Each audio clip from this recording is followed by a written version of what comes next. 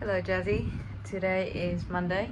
I seem to have lost the enthusiasm over the beautiful architecture of my neighborhood. However, if the chance and the passion ever comes around, when I take a walk through the park, Volume 3 will surely be restored. Monday is my first day in uni, and just to be on the safe side, in which I neglect to take videos and photos of my surrounding, which I did, I wrote something in reserves. So today's video is a little history dive into two very important figures of South Australia. The first man, whom I promise you a deserving credit on our channel, is Colonel William Light. His father, Francis Light, was the founder of Penang, Malaysia. A man who was said to be fair-minded, Francis became fluent with the local language and became socially recognized with the local people while engaging in international trade. William, his son, was born to him and his wife French or Portuguese and Siamese or Malayan origin, Martina Roselles. Therefore, William was classified as an Eurasian. Never met his father again after he moved to England to be educated at the age of 6, and never was on such cool ships' names as his father's career in the HMS Dragons, HMS Mars, and HMS Captains, but he sure led a life. He married 3 times, he fought in the Peninsular War, learning Spanish as a side quest, and further work with Duke Wellington against Napoleon. After a whirlwind of military life in which he ended with a rank of major, he continued to move very socially in the literary and artistic circles of Europe with his talents and passions in art, watercolors, and paintings. But most importantly, this was the man who was promoted to become the Surveyor General of South Australia, who decided Adelaide as the capital city of the state and design its entire neighborhood. William Light was not the first innovator of this design, as it has existed before in ancient Greece, as well as in characteristics and rules of Spanish planners.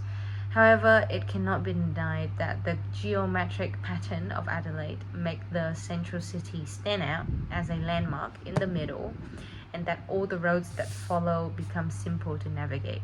The brilliant idea also to surround Adelaide with trees and natural parks make it a beautiful place to drive around. The second man, Captain Matthew Flinders, is the man in which my university bears its name.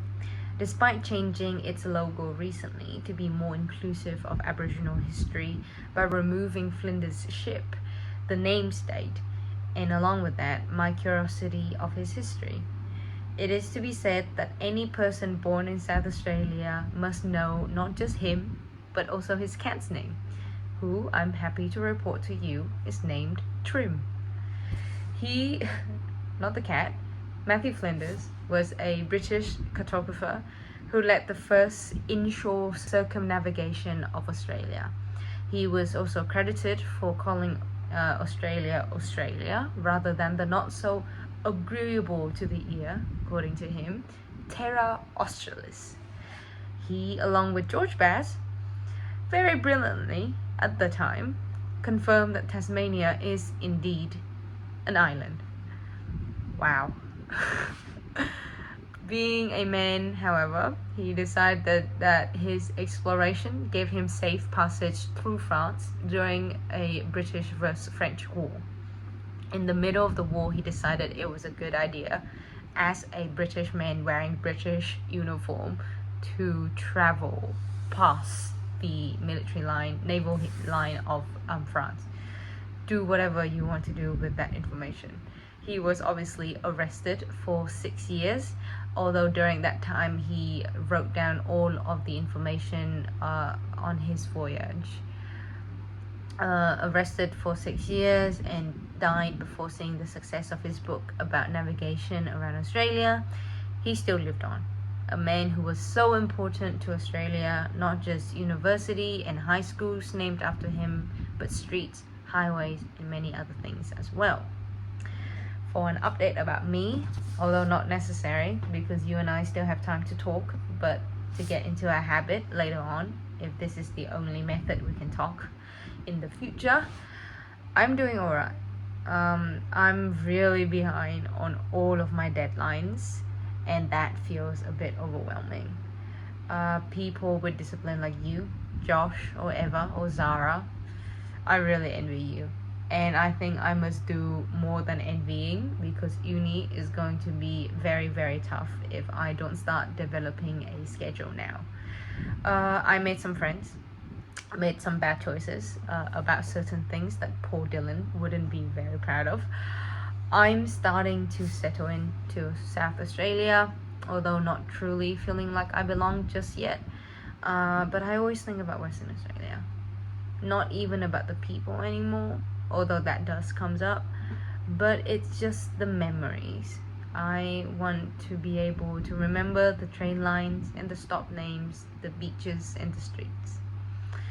So that I haven't been able to do with South Australia yet. Time might change how I feel about it, but I guess when I say I miss home, I think Western Australia is what I think about. And when people ask where I'm originally from, or even when they don't ask, I feel this need to say, hey, I'm from Western Australia. It's starting to be something that I'm proud of, so maybe I will move back. Maybe I'll make a home there. Or maybe you'll travel to South Australia, I'll show you around, and you fall in love with the place and you move to South Australia with me.